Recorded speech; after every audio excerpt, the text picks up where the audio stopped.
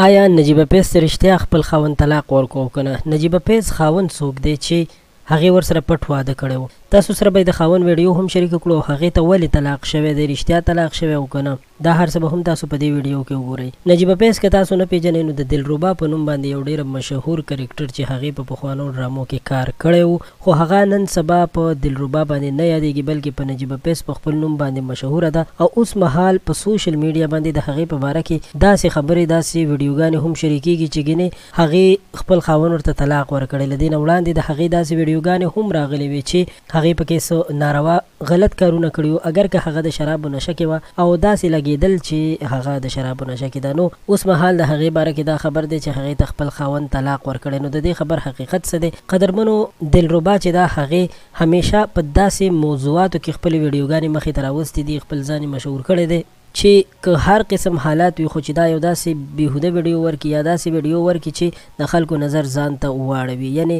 څه وخت کې د ژړا ویډیوګانې هم ورکولې چې زه افغانستان پسې ډېره خفه یم، په هغه وخت کې د دې ضرورت و ځکه چې هغې په افغانستان کې نوکري کوله، کار یې کول، دغسې نور هم ډېر حالات تلې راغلي دي. خو خیر اوس چې د دې د کوم ویډیو خبره ده چې دې ته پکې طلاق ورکړل شوی، نو درنو دوستانو دې خو لا تر اوسه پورې خاوند هم نه دی کړی، نو طلاق ورته بیا څنګه ورکړي؟ دا ویډیوګانې په سوشل میډیا مشهورې دي. که تاسو کله په سرچ کې ولیکئ چې نجیبه پیز طلاق، نو تاسو ته به د دې ټولې ویډیوګانې راشي. خو زه خلکو ته وایم چې دې ته خو خپل خاوند په کومه طریقه طلاق ورکړو چې دې خو لا واده هم نه دی کړی. نو په کار ده چې هر سړی دې ته خیال وکړي چې زه دا کومه خبره کوم د دې شاته څه ثبوت شته، څه حقیقت شته او که نه. نو د هغې نه پس بیا یو خبره کوي. امید لرم ستاسو به دا ویډیو او دا پیغام خوښ شوی وي چې بغیر د څه دلیل نه چا پسې خبرې مه کوئ.